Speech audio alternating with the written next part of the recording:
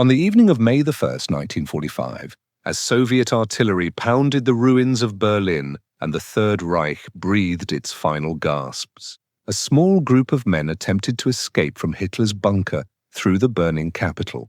Among them was Martin Bormann, Reichsleiter of the Nazi Party, Hitler's personal secretary, and arguably the second most powerful man in Nazi Germany during the war's final years. Bormann was last seen alive near the Weidendamme Bridge as Soviet troops closed in from all directions.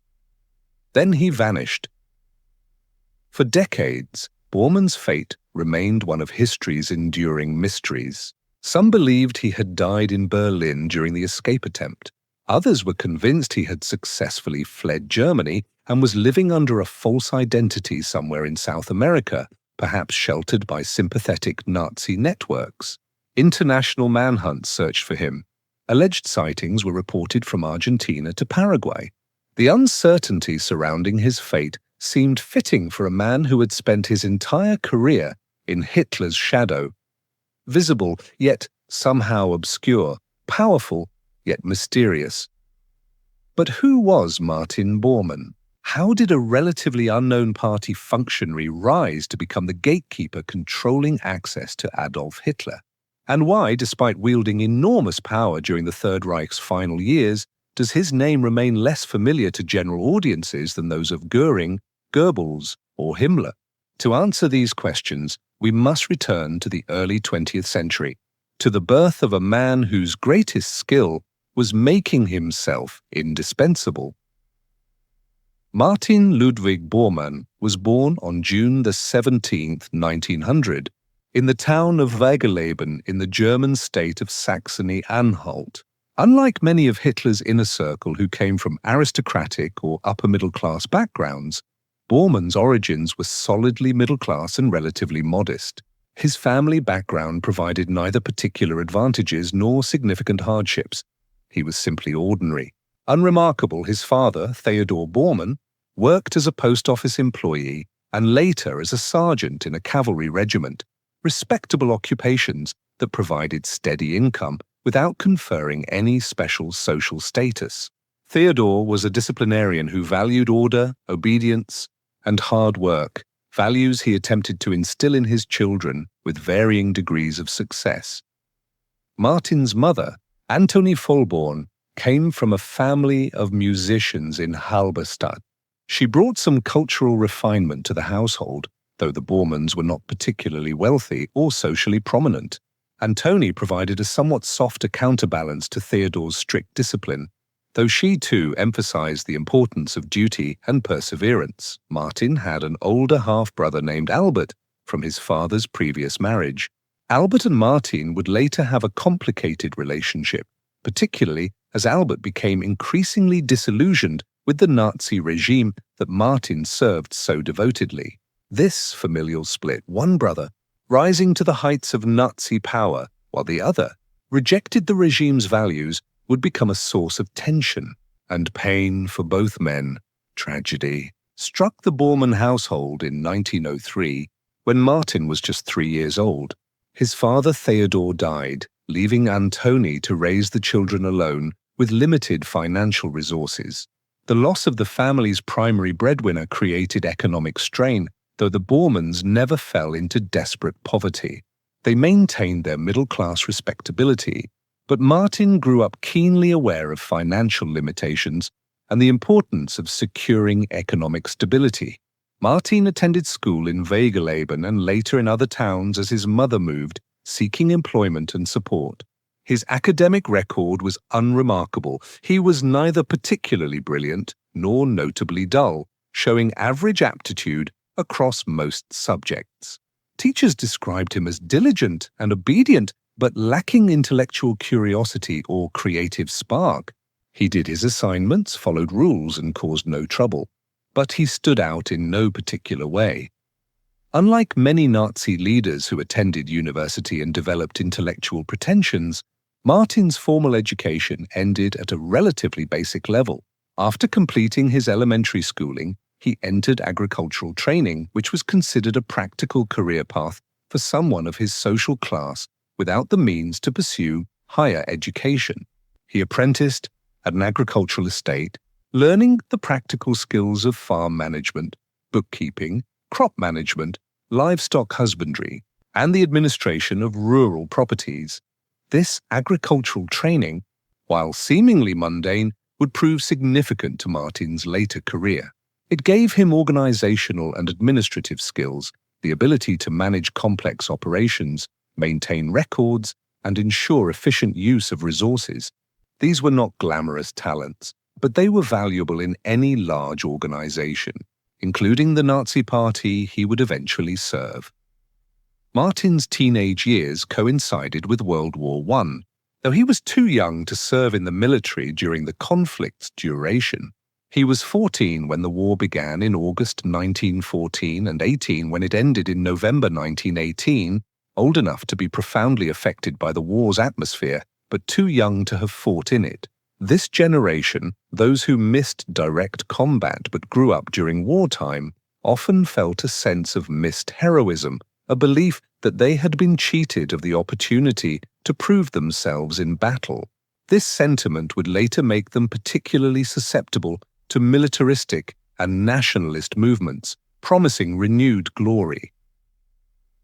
When World War I ended with Germany's defeat, the nation plunged into political and economic chaos. The German Empire collapsed and was replaced by the democratic Weimar Republic. The Treaty of Versailles imposed harsh terms on Germany, territorial losses, massive reparations, military restrictions, and a forced acknowledgement of war guilt. Many Germans viewed these terms as a humiliation and betrayal. The immediate post-war period saw revolutionary upheaval throughout Germany. Communist movements, inspired by the successful Bolshevik Revolution in Russia, attempted to seize power in various German cities. In response, right-wing paramilitary organizations called Freikorps, Free Corps, formed to combat communist insurgencies and maintain order as they understood it. Martin Bormann joined one of these Freikorps units in 1919 at age 19. For a young man from a modest background seeking purpose and identity in chaotic times, the Freikorps offered clear structure, a sense of mission, and the promise of belonging to something larger than himself. The Freikorps attracted war veterans, and younger men like Martin who had missed the war but wanted to participate in what they saw as defending Germany from the twin threats of communism and social dissolution. Bormann's Freikorps unit participated in suppressing communist uprisings in central Germany.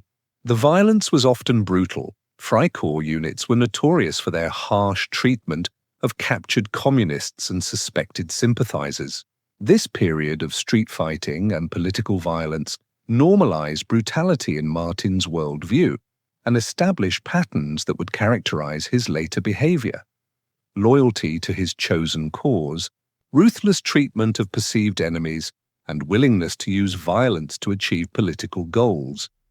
In 1924, Martin Bormann was involved in an incident that would result in his imprisonment and provide troubling insight into his character. Along with Rudolf Höss, who would later become notorious as the commandant of Auschwitz concentration camp, and several other right-wing activists, Bormann participated in the murder of Walter Kado, a man they suspected of having betrayed a Freikorps member named Albert Leo. Schlageter to French occupation authorities, Schlageter had been executed by French authorities for sabotage in the occupied Ruhr region in 1923, and right-wing nationalists considered him a martyr, seeking revenge against those they blamed for his death. Bormann, Höss, and their associates abducted Kado in the town of Parchim. They beat him savagely, then slit his throat and shot him multiple times, leaving his body in a forest. The murder was eventually discovered, and Bormann and his co-conspirators were arrested and tried. The trial revealed the savage brutality of the killing. Kado had been tortured before being murdered, suggesting the killing had been both punishment and revenge rather than merely silencing a witness. Bormann was convicted of being an accessory to murder and sentenced to 1 year in prison, a relatively lenient sentence that reflected the German judiciary's sympathy toward right-wing defendants during this period. Rudolf Höss received a longer sentence, but was also released early. Years later, as Auschwitz commandant, Höss would oversee the murder of over 1 million people, primarily Jews, during the Holocaust.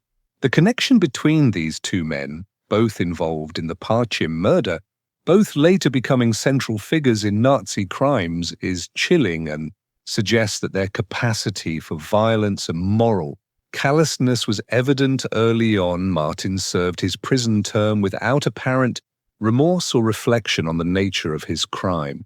He viewed Kadau's murder as justified political action rather than criminal violence. This inability or unwillingness to recognize moral boundaries would characterize Bormann's entire career. He would do whatever he believed necessary to advance his cause and his own position, without concern for ethical considerations or human cost. After his release from prison in 1925, Bormann needed both employment and a political home. He found both in the Nazi Party, which he joined in 1927. The party was still relatively small at this time, having suffered a major setback following Hitler's failed beer hall putsch in 1923 and his subsequent imprisonment. But it was growing steadily, particularly in Bavaria and other regions where nationalist sentiment ran strong. Bormann initially worked for the party in Thuringia, a central German state where the Nazis were building organizational strength. His role was administrative rather than ideological. He managed party finances, organized meetings, handled logistics, and performed the unglamorous but essential work that kept a political organization functioning. These were not positions that garnered headlines or public attention, but they were crucial to the party's operations. It was during this period that Bormann demonstrated the qualities that would eventually bring him to Hitler's attention: extraordinary organizational ability, tireless work ethic, absolute reliability, and complete lack of personal ambition for public recognition. Bormann had no interest in giving speeches or appearing at rallies. He didn't seek the spotlight or crave applause. What he wanted was power, not the visible, public power of a Goebbels or a Göring, but the quiet, bureaucratic power that comes from controlling information, resources, and access. In September 1929, Bormann married Gerda Buch, the daughter of Walter Buch, a senior Nazi Party official and chairman of the party's internal court system. This marriage was personally significant but also politically advantageous. It connected Bormann by family, ties to the party's upper ranks, and gave him access to higher party circles. Gerda was a devoted Nazi who shared Martin's commitment to the movement completely.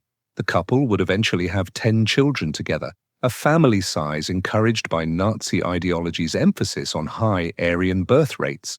Gerda maintained fanatical loyalty to Hitler and the Nazi cause throughout her life, supporting Martin's career absolutely and raising their children to be devoted adherents of Nazi ideology.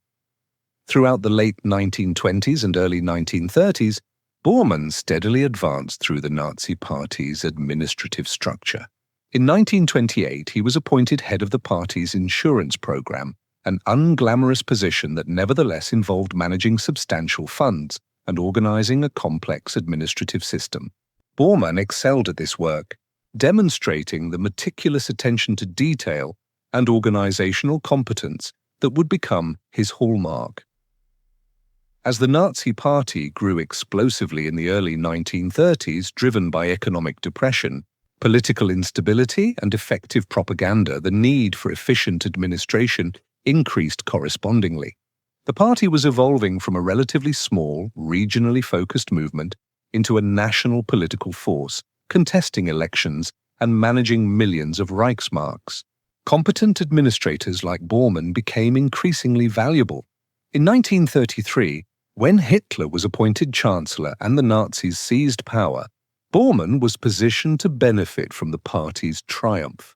He was appointed Chief of Staff to Rudolf Hess, who held the position of Deputy Führer, Hitler's official second-in-command in party matters. This position placed Bormann at the heart of the party's administrative apparatus. where he controlled much of the paperwork and bureaucratic processes that kept the organization functioning.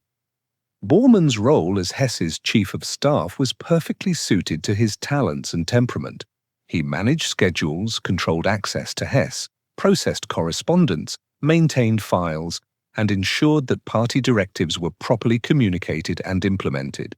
He worked extremely long hours, often from early morning until late at night, handling mountains of paperwork with systematic efficiency. More importantly, this position allowed Bormann to observe how power functioned at the highest levels of the Nazi regime.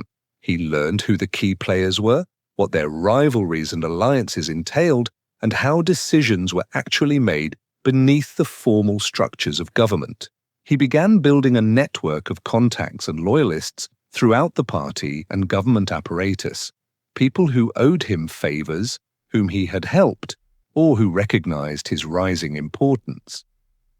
Bormann's method of accumulating power was fundamentally different from that of more flamboyant Nazi leaders. Men like Göring, Goebbels, and Himmler built their power bases through control of major institutions, the Luftwaffe, the propaganda apparatus, the SS, and police systems. They were public figures whose power was visible and recognized. Bormann's approach was subtler and in some ways more insidious. He made himself indispensable by controlling the flow of information and access.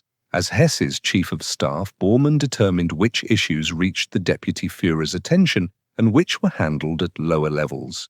He decided who could meet with Hess and who was kept waiting. He managed the paperwork that recorded decisions and tracked their implementation. This gave him enormous informal power. He couldn't order people around directly, but he could facilitate or obstruct their access to those who could. Bormann was also extraordinarily skilled at bureaucratic infighting.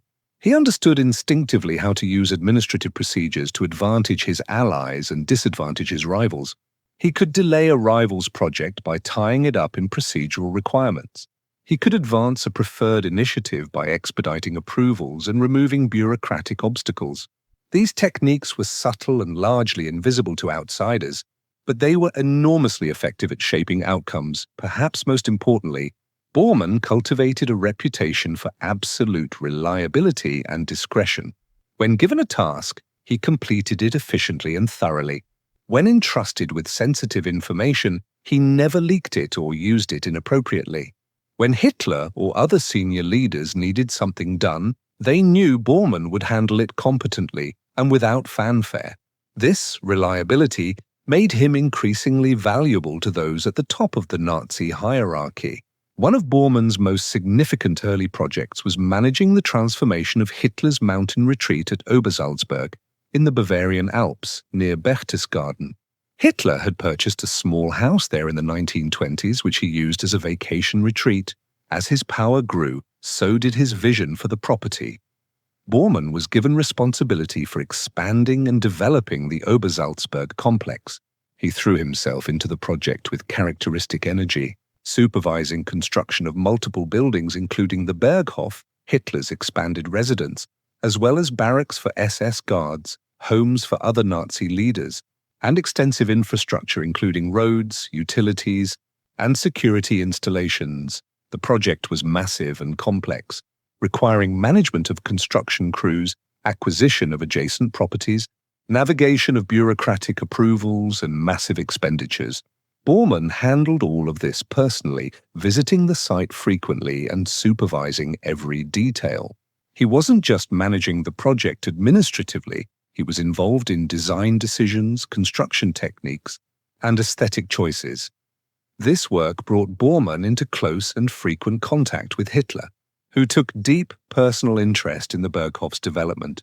Hitler would spend extended periods at Obersalzberg, and Bormann was often present, discussing construction progress and handling various administrative matters. This proximity allowed Bormann to develop a personal relationship with Hitler that went beyond mere bureaucratic service. Hitler came to appreciate Bormann's efficiency and reliability. When Hitler wanted something done at Obersalzberg, a room remodeled, a view cleared, a security measure implemented, Bormann made it happen quickly and competently. This built trust and reliance. Hitler began turning to Bormann for an increasing range of tasks beyond just managing the mountain retreat. On May 10, 1941, Rudolf Hess made the bizarre decision to fly alone to Scotland, apparently hoping to negotiate peace between Germany and Britain.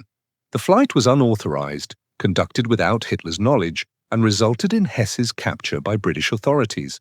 He would spend the remainder of the war imprisoned in Britain and would ultimately be convicted at Nuremberg, spending the rest of his life in Spandau prison until his death in 1987. Hess's flight created a massive scandal and political crisis within the Nazi regime. Hitler was furious at this unauthorized initiative and the embarrassment it caused. The position of Deputy Führer was left vacant, creating a power vacuum at the top of the party apparatus. For Martin Bormann, Hess's flight represented the opportunity of a lifetime. As Hess's chief of staff, Bormann was intimately familiar with all aspects of the Deputy Führer's responsibilities. He knew who needed to be contacted, what decisions needed to be made, which initiatives were pending. While others scrambled to understand what had happened and what it meant, Bormann simply continued doing the work, quietly taking over Hess's functions without waiting for formal authorization. Hitler, facing the immediate need to keep the party apparatus functioning, turned to the person who already knew how everything worked, Martin Bormann. On May 12, 1941, just 2 days after Hess's flight, Hitler appointed Bormann as chief of the Party Chancellery, effectively giving him control of the Nazi Party's administrative apparatus. The position didn't carry the grandiose title of Deputy Führer, but it conveyed most of the actual power. As head of the Party Chancellery, Bormann controlled the interface between the Nazi Party and the German government. All communication between government ministries and party offices flowed through his office. He decided which government initiatives required party approval. He determined which party directives needed to be communicated to government agencies. This gave him enormous influence over policy implementation across the entire regime. Bormann also controlled access to Hitler with increasing exclusivity.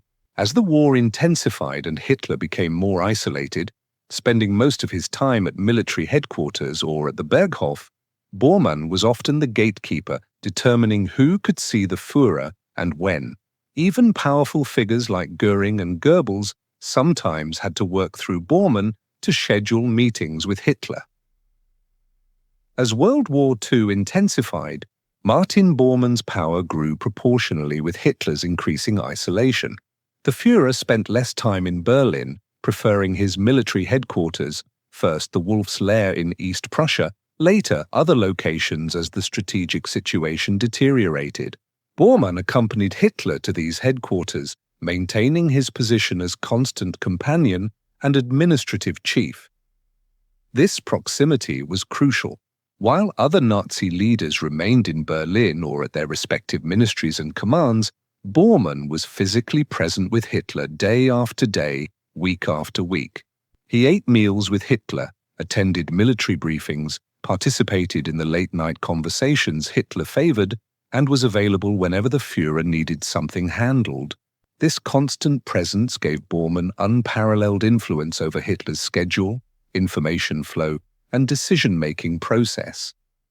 Bormann's working methods were legendary within the Nazi bureaucracy. He would wake early and work until late at night, processing enormous volumes of paperwork with systematic efficiency. Colleagues noted that he seemed to never tire, handling administrative tasks that would overwhelm other officials. He maintained meticulous records, remembered details, and followed up relentlessly to ensure that Hitler's directives or his own directives issued in Hitler's name were properly implemented. His relationship with Hitler evolved from mere administrative service into something approaching personal friendship, though friendship may be too strong a word for any relationship with Hitler. The Führer was not truly close to anyone, but he developed habits of reliance and trust with Bormann that he did not share with most others. Hitler appreciated that Bormann never argued with him, never presented unwelcome complications, and always found ways to accomplish what Hitler wanted done. Bormann was useful, efficient, and loyal, qualities Hitler valued above all others. Bormann's complicity in Nazi crimes was extensive, though often indirect. He did not personally design the death camps or pull triggers at mass executions. Instead, his crimes were bureaucratic. He facilitated, enabled, and administered policies that resulted in millions of deaths. This form of complicity is sometimes harder to comprehend than direct violence, but it is no less culpable. Bormann was directly involved in implementing and expanding anti-Jewish policies throughout the Nazi regime. As head of the Party Chancellery, he issued numerous directives restricting the rights and freedoms of Jewish citizens. A January 1942 decree from Bormann's office prohibited Jews from using public transportation. In October 1942, he issued instructions forbidding Jews from buying books. In July 1943, his office decreed that crimes against Jews were no longer subject to judicial investigation, effectively licensing German citizens to abuse Jews without legal consequences. These might seem like relatively minor administrative actions compared to the death camp's mass murder, but they were part of the systematic dehumanization that made the Holocaust possible. By progressively stripping Jews of rights, legal protections, and the ability to participate in normal society, policies like Bormann's created the psychological and administrative infrastructure that enabled genocide. More directly, Bormann was involved in the bureaucratic machinery that coordinated deportations to death camps. While operational responsibility lay primarily with the SS and figures like Adolf Eichmann, Bormann's office processed and transmitted directives relating to the final solution. Documents bearing Bormann's signature or his office's stamp appear throughout the paper trail, documenting the Holocaust. He knew what was happening and used his administrative authority to facilitate it. Bormann also enriched himself personally through theft of Jewish property. As Jews were deported and murdered, their possessions were confiscated by the Nazi state. Bormann ensured that particularly valuable items, artwork, jewelry, furniture, were diverted to his personal use or to furnish Hitler's residences. This wasn't mere corruption. It was profiteering from genocide. Bormann was also implicated in the Nazi euthanasia program, the systematic murder of disabled people that served as a precursor and prototype for the Holocaust. Beginning in 1939, the Nazi regime implemented a program called Action T4 that murdered disabled children and adults, whom the Nazis deemed life unworthy of life. The program initially targeted children with severe disabilities. Parents were encouraged, sometimes coerced, to place their children in special clinics where they were killed through lethal injection or starvation. The program then expanded to include adults with mental illness, physical disabilities, or chronic health conditions. Victims were transported to killing centers where they were murdered, usually by poison gas, in chambers designed to look like showers. Between 1939 and 1941, when the official program was halted due to public protests, approximately 70,000 people were murdered. The program continued unofficially after 1941, ultimately killing over 200,000 disabled people by war's end. Bormann's role in the euthanasia program was administrative but significant. Directives authorizing and organizing the program were processed through his office. He signed documents facilitating the program's implementation.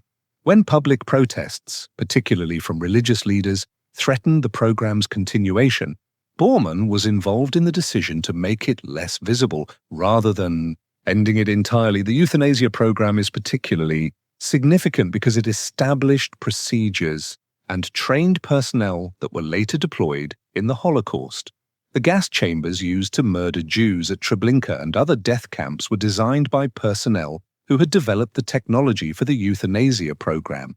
The bureaucratic methods for selecting victims, organizing transports, and disposing of bodies were refined through the euthanasia program and then scaled up for genocide. Bormann's involvement in this program demonstrates that his crimes were not limited to anti-Jewish measures. He participated in systematic murder of any group the Nazi regime deemed undesirable, including disabled Germans. This reveals the breadth of his moral bankruptcy. He was willing to facilitate mass murder, not just of alleged enemies, but of vulnerable people within German society itself. Beyond his involvement in specific programs like the Holocaust and euthanasia, Bormann used his administrative authority to create an atmosphere of terror throughout the Nazi system. He issued countless directives that increased repression, eliminated due process, and authorized brutal treatment of anyone deemed an enemy of the regime. One particularly chilling example came in June 1941, immediately following Germany's invasion of the Soviet Union. Bormann issued the Commissar order, directing that Soviet political officers captured by German forces should be immediately executed rather than treated as prisoners of war. This order violated the Geneva Conventions and international law, but Bormann transmitted it as Hitler's command, ensuring its implementation throughout the military. The Commissar order resulted in the execution of tens of thousands of Soviet prisoners of war. It also helped establish the brutal character of the war on the Eastern Front, when normal rules of warfare were abandoned in favor of a war of extermination against. Judeo-Bolshevism as Nazi ideology characterized the Soviet regime. Bormann also issued directives authorizing collective punishment of civilian populations in occupied territories. When partisans attacked German forces, Bormann's orders permitted the execution of hostages, the burning of entire villages, and the deportation of populations to slave labor. These policies resulted in enormous civilian casualties throughout occupied Europe, particularly in Poland, the Soviet Union, and Yugoslavia. Bormann's accumulation of power created conflicts with other senior Nazi figures who resented his influence over Hitler and his encroachment on their domains. These rivalries reveal much about Bormann's personality and methods. His relationship with Hermann Göring deteriorated into mutual hatred. Göring, who had been designated Hitler's successor and had held the title of Reichsmarschall, the highest military rank, increasingly found himself sidelined as Bormann controlled access to Hitler. Göring complained that he couldn't get appointments with the Führer without going through Bormann, who would delay or obstruct meetings if they didn't serve his interests. Göring referred to Bormann contemptuously as the Brown Eminence, a reference both to the brown Nazi Party uniform and to the term Eminence, Greis or Grey Eminence, meaning a powerful advisor who operates behind the scenes. Göring believed Bormann was manipulating Hitler and using his position to undermine Göring's own authority. Göring's assessment wasn't entirely wrong. Bormann did work systematically to reduce Göring's influence, partly because he genuinely believed Göring was incompetent and corrupt, and partly because eliminating rivals served Bormann's own interests. When Göring's Luftwaffe failed to prevent Allied bombing of German cities, Bormann ensured that Hitler heard extensive reports of these failures. When Göring was absent from Hitler's headquarters, Bormann made subtle remarks about his reliability and commitment. Bormann's relationship with Joseph Goebbels was complex and shifting. Initially, the two men cooperated reasonably well. Both were committed Nazis, both were administratively competent, and both recognized each other's usefulness. But as the war turned against Germany, tensions developed. Goebbels wanted to implement total war measures, complete mobilization of German society for the war effort, including closing theaters and restaurants, conscripting women for labor, and eliminating all non-essential economic activity. Bormann opposed some of these measures, believing they would damage civilian morale and create administrative chaos. The two men fought bureaucratic battles over these policies, with Bormann often using his proximity to Hitler to obstruct Goebbels' initiatives. Yet Bormann and Goebbels also shared common interests, particularly in the war's final stages when both recognized that Germany was losing. They both remained fanatically loyal to Hitler, even as defeat became inevitable. They both opposed any suggestion of negotiating with the Allies, and they both prepared to follow Hitler to the end, remaining in Berlin as Soviet forces closed in. Bormann's relationship with Heinrich Himmler was outwardly correct, but characterized by underlying tension and rivalry. As head of the SS and increasingly in control of the police and security apparatus, Himmler wielded enormous power that potentially rivaled Bormann's. But Himmler was often away from Hitler's headquarters managing his vast SS empire, while Bormann remained constantly at Hitler's side. This proximity gave Bormann advantages in influencing Hitler's decisions. When Himmler attempted peace negotiations, with the Western Allies in the war's final weeks, a desperate bid to save himself by offering to surrender Germany against Hitler's orders, Bormann was instrumental in exposing this betrayal to Hitler.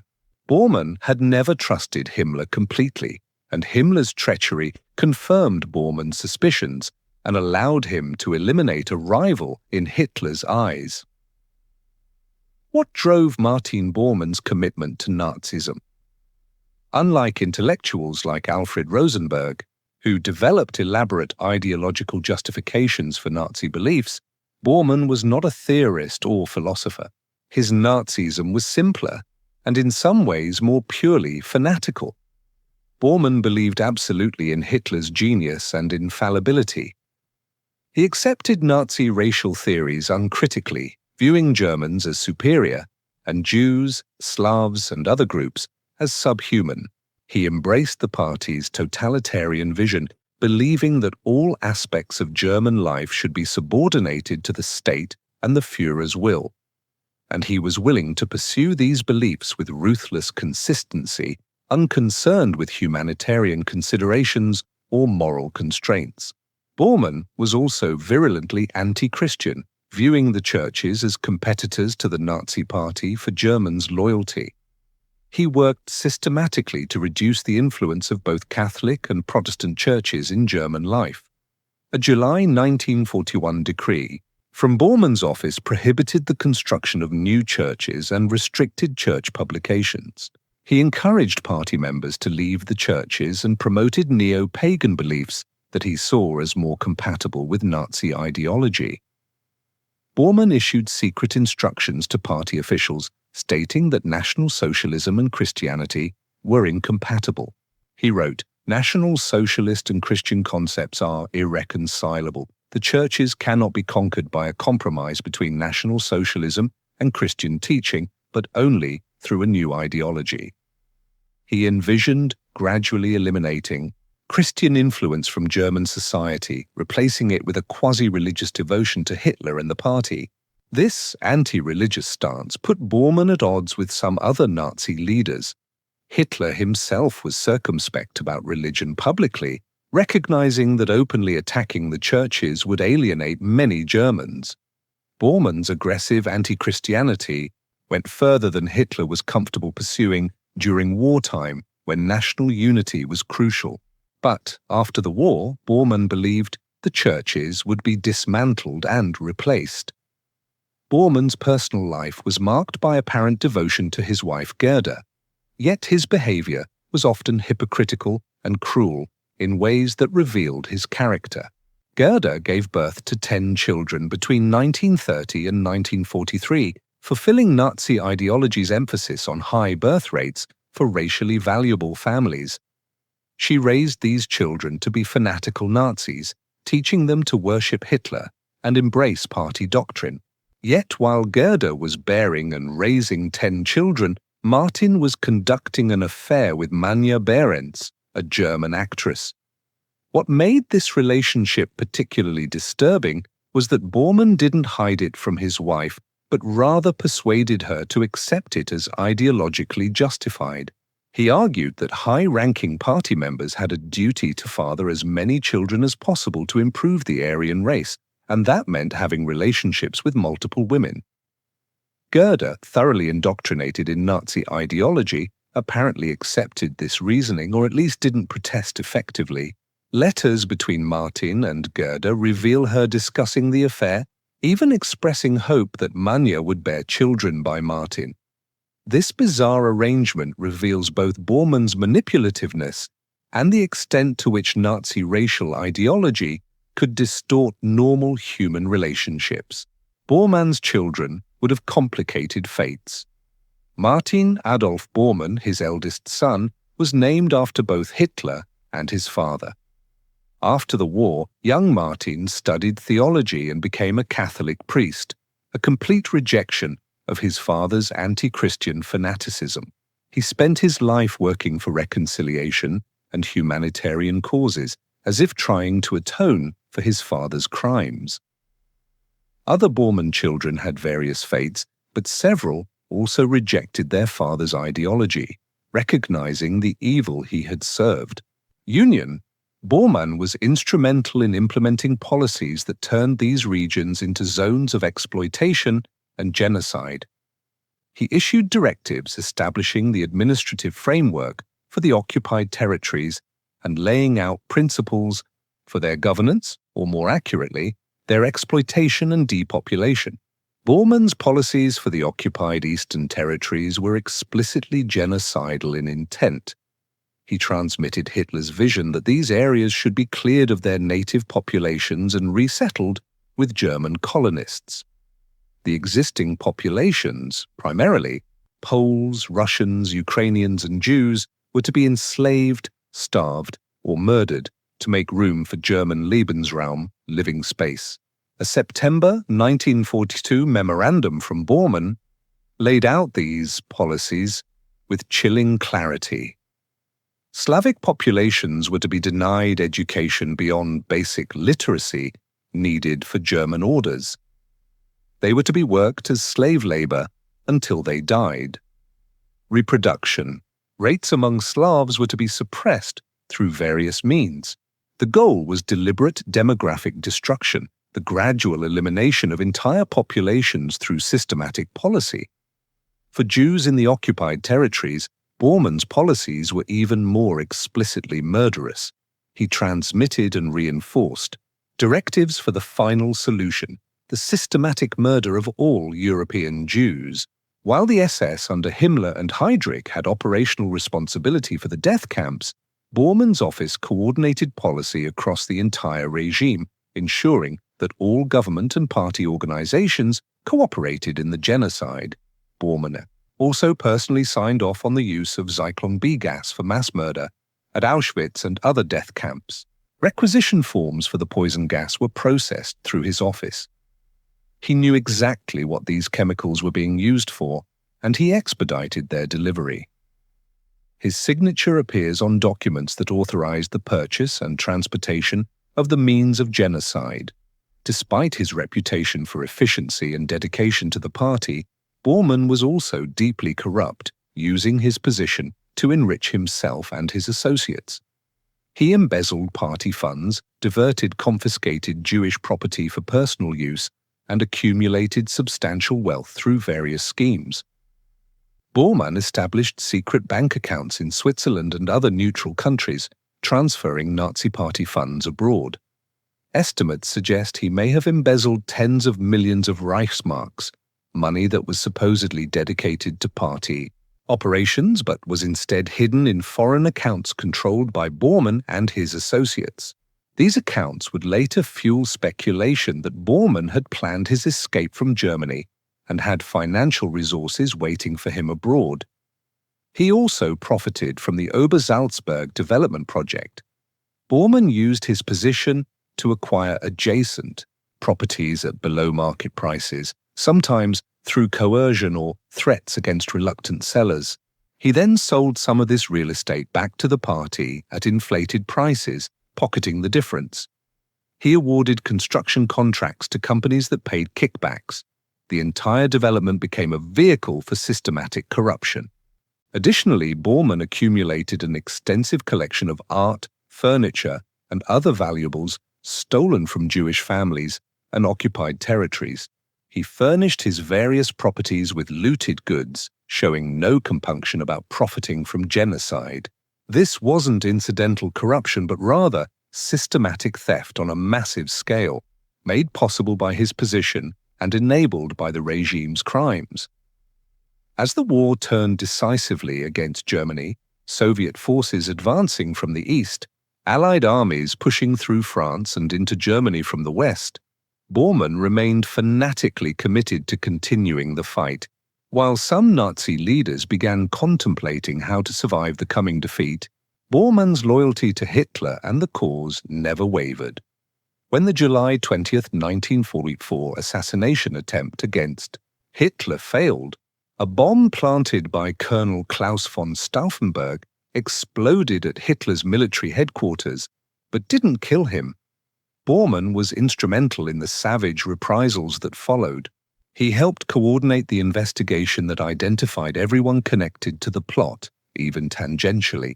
Over 5,000 people were arrested, and at least 200 were executed, often after show trials and torture. Bormann signed orders authorizing collective punishment for the families of conspirators. The ancient Roman practice of Sippenhaft, family liability, was invoked to justify arresting and imprisoning the relatives of plotters, including elderly parents and young children. This medieval brutality reflected Bormann's character. He viewed mercy as weakness and believed that opposition to Hitler justified any punishment, no matter how extreme. In the war's final months, as Germany's situation became hopeless, Bormann continued issuing directives demanding total commitment and threatening savage punishment for defeatism or desertion. He authorized the execution of soldiers who retreated without orders. He supported the creation of Volkssturm, a last-ditch militia of old men and teenage boys thrown into combat with minimal training and equipment. He endorsed Heinrich Himmler's proposal to execute the families of military officers who surrendered. These measures were not merely cruel but also militarily counterproductive. They didn't improve Germany's hopeless strategic position, but rather increased suffering and destruction in the war's final stages. But Bormann was motivated by ideology rather than rational calculation. He believed that Germany should fight to the last man rather than surrender. And if the German people proved unworthy of Hitler's leadership, they deserved to perish. By April 1945, the Third Reich was in its death throes. Soviet forces had fought their way through Poland and into Germany itself, while American and British armies advanced from the west. Berlin was encircled, and the Battle of Berlin, the final major engagement of the European war, was underway. Artillery shells rained down on the capital, and street fighting raged through the ruins of the once proud city. Adolf Hitler had retreated to the Führerbunker, a reinforced underground complex beneath the Reich Chancellery in central Berlin. Here, approximately 50 feet below ground, Hitler spent his final days, increasingly detached from reality, issuing orders to armies that no longer existed and planning counteroffensives with divisions that had been destroyed weeks earlier. Martin Bormann was with Hitler to the end. While other Nazi leaders fled Berlin or began positioning themselves for the post-Hitler era, Bormann remained at the Führer's side in the bunker. This wasn't merely loyalty, though Bormann genuinely was fanatically devoted to Hitler. It was also pragmatism. Bormann's entire power base derived from his proximity to Hitler.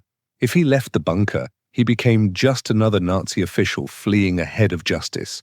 As long as Hitler lived and Bormann remained with him, he retained authority and purpose. The atmosphere in the bunker during those final days was surreal and nightmarish. Above ground, Berlin was being systematically destroyed, its population terrorized by constant bombardment and advancing Soviet troops. Below ground, a bizarre parody of normal administrative routine continued. Bormann still processed paperwork, took dictation from Hitler, transmitted orders to military units that might or might not still exist, and maintained the pretense that the Nazi regime continued to function. Witnesses in the bunker during this period described Bormann as remarkably calm and methodical, continuing his administrative work even as everything collapsed around him. He organized meals, arranged meetings, maintained files, and handled correspondence as if this were routine business, rather than the final act of a dying regime. This behavior revealed something essential about Bormann's character: his need for order and routine, his commitment to bureaucratic efficiency, even in the most extreme circumstances. On April 28, 1945, Hitler learned that Heinrich Himmler had been attempting to negotiate Germany's surrender to the Western Allies through Count Folke Bernadotte of Sweden. This news enraged Hitler, who viewed it as the ultimate betrayal. Himmler, der treue Heinrich, the loyal Heinrich, had proven disloyal at the end. Bormann played a key role in exposing Himmler's treachery to Hitler. Through his network of contacts and his control of communications into and out of the bunker, Bormann had learned of Himmler's negotiations and ensured that Hitler was informed. This served multiple purposes. It genuinely exposed a betrayal, it eliminated a potential rival, and it reaffirmed Bormann's own loyalty by contrast with Himmler's perfidy. Hitler also learned around this time that Hermann Göring, from his location in southern Germany, had sent a telegram suggesting that since Hitler was trapped in Berlin, Göring should assume leadership of the Reich as Hitler's designated successor. Hitler interpreted this as another betrayal, Göring trying to seize power while the Führer still lived. Again, Bormann was instrumental in bringing this to Hitler's attention and characterizing it as treachery rather than a reasonable administrative question. Bormann had always despised Göring and had worked to undermine him for years. Now, with Hitler's end approaching, Bormann ensured that Göring was expelled from all his positions and from the party itself, effectively removing him as a potential successor. These betrayals by Himmler and Göring, Hitler's two most powerful subordinates for most of the Nazi era, seemed to confirm Hitler's darkening view that the German people had proven unworthy of him, and that almost everyone around him was ultimately disloyal. Only a handful had remained faithful to the end, and Bormann was foremost among them. On April 29, 1945, Hitler dictated his personal and political testaments, his final statements to history. Bormann took the dictation and witnessed the documents along with Goebbels and others. In his political testament, Hitler expelled both Göring and Himmler from the party and announced a new government to succeed him. Grand Admiral Karl Dönitz was named as Reich President and Supreme Commander of the Armed Forces, while Joseph Goebbels was appointed Reich Chancellor. Critically, Hitler appointed Martin Bormann as party minister in the new government, a position that formalized Bormann's control over the party apparatus and ensured his place in the succession. This appointment represented Hitler's final recognition of Bormann's importance and loyalty. While others had proven unreliable, Bormann had remained faithful. Shortly after midnight on April 29th, Hitler married Eva Braun, his longtime companion who had joined him in the bunker for these final days. The wedding was a small, grim affair with Goebbels and Bormann serving as witnesses. Immediately after the ceremony, Hitler dictated his personal will to Bormann, making various bequests and stating his wish that his body be burned after his death to prevent it from becoming a trophy for the Soviets. Hitler then retired with his new bride to write farewell letters. The following afternoon, April 30th, 1945, Hitler and Eva Braun committed suicide. Hitler shot himself with his pistol, while Eva took cyanide.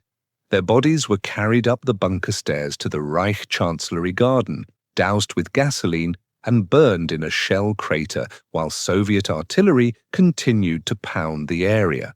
The flames were visible through the bunker periscope, and the acrid smoke drifted down into the shelter. Bormann helped organize the cremation of Hitler's body, ensuring that the Führer's final wishes were honored. For a man who had devoted the last 14 years of his life to serving Hitler, absolutely, this final service must have been emotionally significant. Hitler's death meant the end of Bormann's world. The source of his power, purpose, and identity was gone. Joseph Goebbels now became Reich Chancellor, according to Hitler's testament, but his tenure would be the shortest in German history. The following day, May 1st, 1945, Goebbels and his wife Magda murdered their 6 children, administering cyanide to each child while they slept, and then committed suicide themselves. They had determined that there was no future in a world without Hitler and Nazi Germany, and they would not allow their children to grow up in the coming democratic Germany they despised. With both Hitler and Goebbels dead, the bunker's remaining occupants faced the question of what to do next. Surrender was one option, but several, including Bormann, were determined to attempt escape from Berlin. They hoped to break through Soviet lines and reach German or Western Allied forces elsewhere, where they might have better chances of survival. On the evening of May 1st, 1945, a group of 10 or so people left the bunker in an escape attempt. The group included Bormann, Hitler's personal physician Dr. Ludwig Stumpfegger, Hitler Youth leader Arthur Axmann, Hitler's pilot Hans Bauer, and several others. The plan was to head northwest through Berlin toward the Weidendamme Bridge, then try to reach the western parts of the city where German forces were still holding out. The journey was nightmarish. Berlin was a burning ruin under constant bombardment, with Soviet forces occupying most of the city.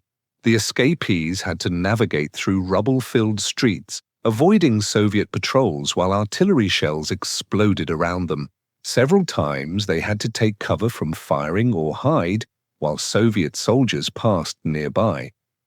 The group reached the Weidendamme Bridge around midnight. Here they encountered a German tank attempting to break through Soviet positions. Several members of the escape party, including Bormann, climbed onto the tank for protection as it attempted to cross the bridge. Soviet anti-tank fire hit the vehicle, causing an explosion. The blast killed or wounded several people on the tank. What happened to Martin Bormann in the immediate aftermath of this explosion remains the subject of decades of speculation, investigation, and controversy. This is the last point at which he was definitively seen alive by reliable witnesses. After this moment, Bormann vanished into the chaos of burning Berlin, and the mystery that would fascinate investigators for decades began. Arthur Axmann, the Hitler Youth leader who was part of the escape attempt, later testified that after the tank explosion, he continued through Berlin and encountered Bormann's body near the Lehrter railway station, about half a kilometer from the Weidendamme Bridge. According to Axmann, Bormann and Dr. Stumpfegger were lying dead near the bridge, apparently having committed suicide by taking cyanide capsules. Axmann claimed to have examined the bodies briefly in the moonlight before continuing his own escape attempt. However, Axmann's testimony was questioned for several reasons. First, he had motivation to claim Bormann was dead. If Bormann survived and was captured, he might provide testimony implicating Axmann in war crimes. Second, Axmann's account seemed too convenient. He happened to encounter Bormann's body shortly after losing sight of him, but conveniently didn't stop to confirm or witness the death.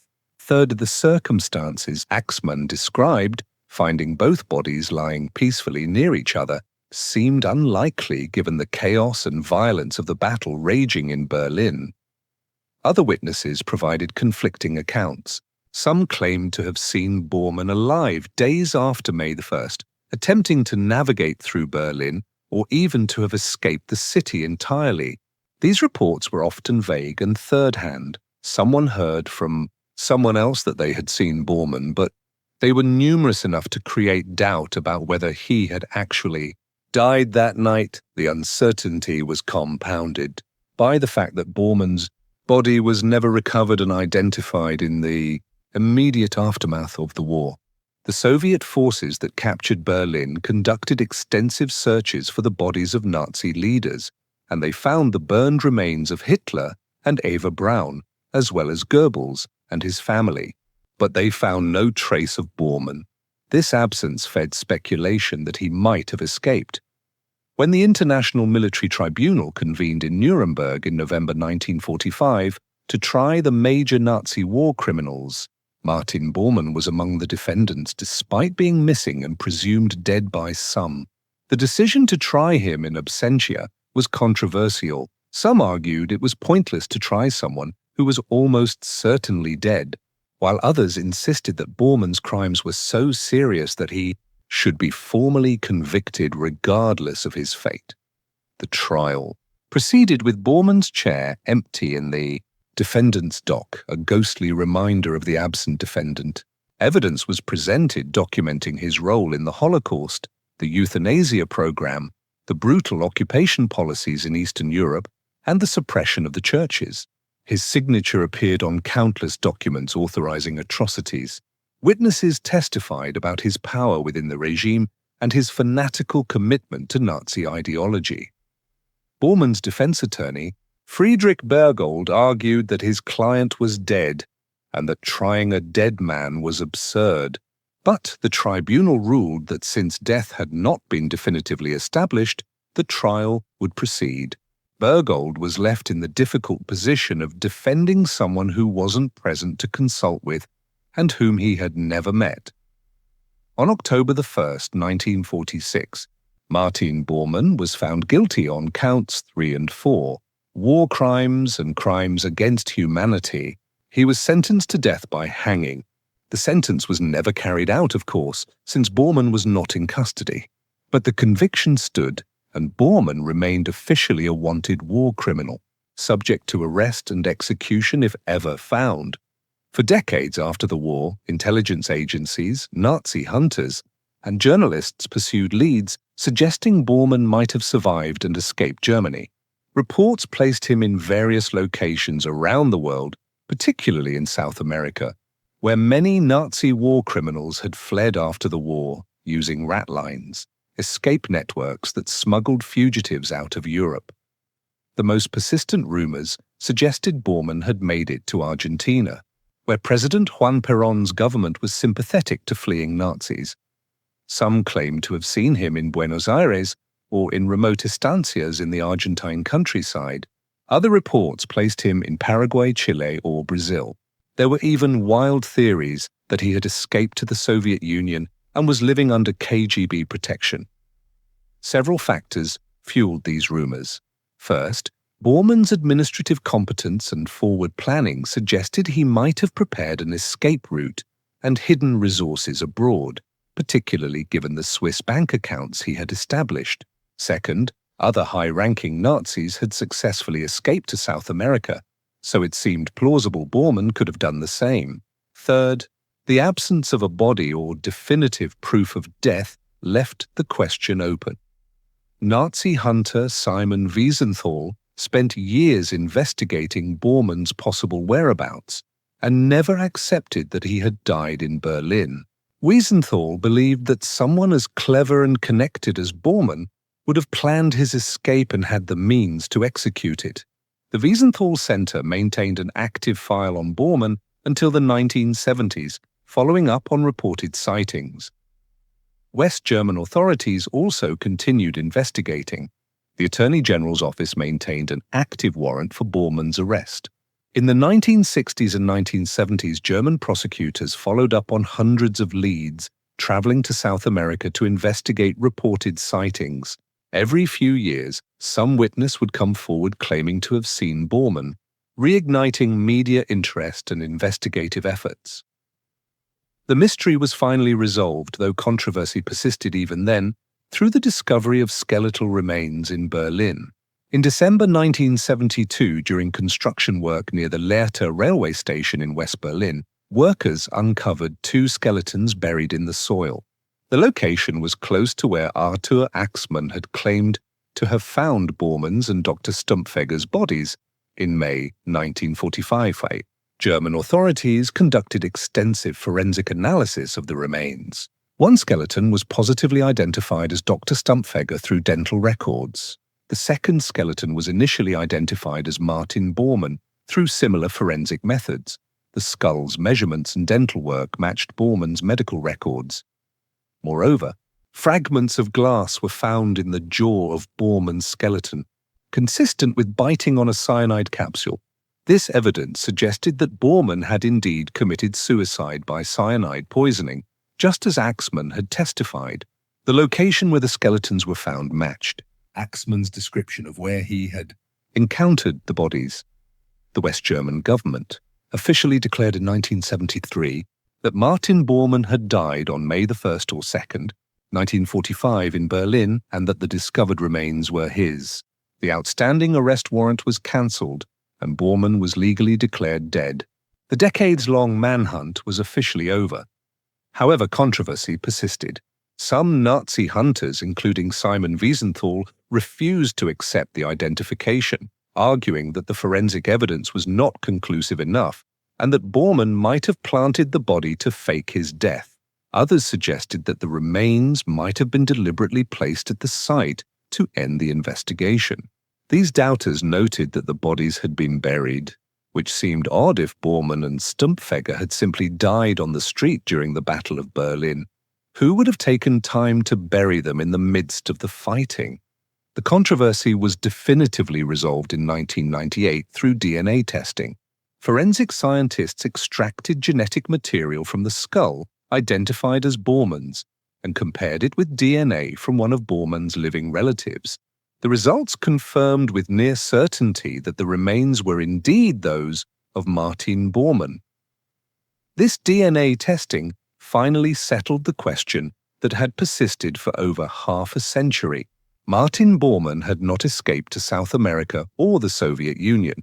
He had not lived out his days in comfortable exile, enjoying wealth stolen from Holocaust victims. Instead, he had died in Berlin within days of Hitler's suicide, probably by his own hand, his body buried in rubble that would remain undiscovered for nearly 3 decades. The manner of Bormann's death, suicide by cyanide, was grimly appropriate. Like Hitler, Goebbels, Göring, who poisoned himself the night before his scheduled execution, and many other Nazi leaders, Bormann chose death over capture and accountability. Having spent years facilitating mass murder, he escaped earthly justice through self-murder, dying in the ruins of the regime he had served so absolutely. Martin Bormann occupies a peculiar position in the hierarchy of Nazi criminals. He was not a public figure like Göring or Goebbels. He did not command armies like Keitel or death camps like Höss. He did not design weapons like Speer or develop racial theories like Rosenberg. Yet his culpability for Nazi crimes equals or exceeds that of these more famous figures. Bormann's crimes were bureaucratic and administrative, but their scope was enormous. As head of the Party Chancellery with control over Hitler's schedule and the interface between party and government, Bormann processed and transmitted countless directives that resulted in mass murder. His signature appears on documents authorizing anti-Jewish measures that progressively stripped Jews of rights and facilitated deportation to death camps, the expansion of the euthanasia program that murdered disabled people, brutal occupation, policies in Eastern Europe that resulted in millions of deaths, reprisals, and collective punishments against civilian populations, the use of slave labor under conditions that killed thousands, the suppression of churches, and persecution of religious believers beyond his role in processing these directives. Bormann enriched himself through theft of Jewish property and embezzlement of party funds. He profited personally from genocide, showing that his crimes were motivated not just by ideology, but also by greed.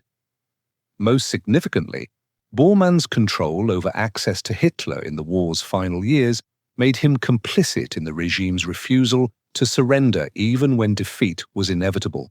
By insulating Hitler from contrary opinions and facilitating his increasingly delusional decision-making, Bormann contributed to the unnecessary prolongation of the war and the deaths of millions. In its final months, Bormann's historical significance extends beyond his specific crimes to what he represents, about how totalitarian systems function.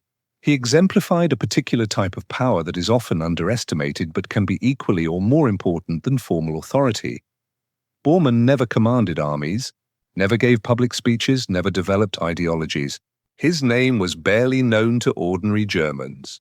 Yet by controlling access to Hitler and managing the party apparatus, he wielded enormous influence over the regime's policies and priorities. This demonstrates that in any hierarchical system, particularly totalitarian ones centered on a single leader, the person who controls the leader's schedule, information flow, and administrative support can exercise power approaching that of the leader himself. Bormann's rise also illustrates how bureaucratic competence and work ethic can serve evil as effectively as fanaticism or violence. Bormann was not sadistic in the manner of some concentration camp guards or Einsatzgruppen commanders. He didn't personally torture or murder anyone. Instead, he processed paperwork, transmitted orders, managed schedules, and ensured administrative efficiency. These mundane activities facilitated systematic mass murder. This raises profound questions about responsibility and complicity. We often focus on the perpetrators of direct violence, the guards who operated gas chambers, the soldiers who shot civilians, the doctors who conducted experiments. But systems of mass violence require administrators, bureaucrats, and managers who may never personally harm anyone, but whose organizational work makes the violence possible. Bormann epitomizes this form of complicity. What can be said about Martin Bormann as a human being beyond his roles and crimes? The historical record reveals frustratingly little about his inner life, personality, or motivations beyond service to Hitler and the Nazi cause.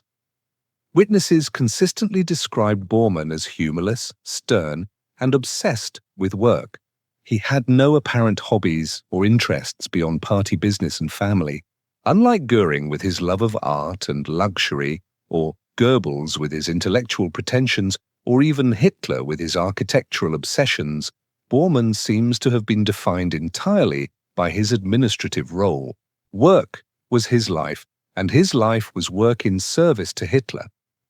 The few glimpses of Bormann's personality that survive in correspondence and witnesses' accounts suggest a man of limited imagination, inflexible thinking, and absolute certainty. He believed completely in Nazi ideology's racial theories and never seems to have questioned them. He accepted Hitler's genius and authority without doubt or qualification. He viewed compromise as weakness and mercy as dangerous. Sentimentality, Bormann's treatment of his wife Gerda, persuading her to accept his affair with another woman as ideologically justified, reveals profound selfishness and manipulativeness masked as ideological commitment. His willingness to profit from genocide through theft shows moral bankruptcy beyond mere political fanaticism. His post-war fate, dying by his own hand rather than facing justice, demonstrates a final act of cowardice and evasion.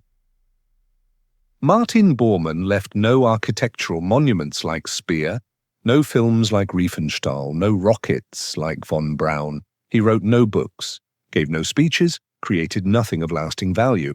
His legacy is purely destructive, a career of facilitating evil through administrative competence. Yet Bormann's life offers important lessons. It demonstrates that great crimes require not just ideological fanatics, but also competent administrators willing to serve evil causes. It shows that power can be exercised invisibly through control of information and access rather than formal authority. It reveals that intelligence and work ethic are morally neutral traits that can serve good or evil with equal efficiency. Most fundamentally, Bormann's story illustrates Hannah Arendt's concept of the banality of evil, the idea that great crimes can be committed by seemingly ordinary people doing bureaucratic work without direct violence. Bormann was not a monster in appearance or manner. He was a competent administrator who happened to administer genocide. Martin Bormann spent his career in shadows, working behind the scenes, avoiding publicity, exercising power through proximity to Hitler rather than independent authority. He remained in those shadows literally to the end, dying in the ruins of Berlin and lying buried and unidentified for nearly 3 decades. This shadowiness makes him a fitting symbol for certain types of Nazi criminality: the administrative murder, the bureaucratic evil, the complicity of those who never personally pulled triggers but whose work made the killing possible. Bormann's life demonstrates that one need not be a public figure, command armies, or personally commit violence to be among history's greatest criminals. His ultimate fate, dying by suicide in the ruins of the regime he served, buried ignominiously in rubble, his remains unidentified for decades, his name less known than many who were less powerful, seems a kind of historical justice. The man who lived in shadows died in them, and for years remained in them even after death. He achieved power but not glory, influence but not fame, significance but not legacy. He served absolute evil absolutely, and earned only an obscure death and a deserved infamy.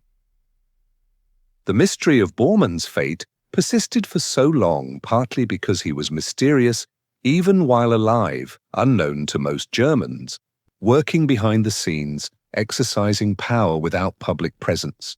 That such a shadowy figure could have been so central to Nazi crimes is itself revealing about how totalitarian systems function and how evil is enacted.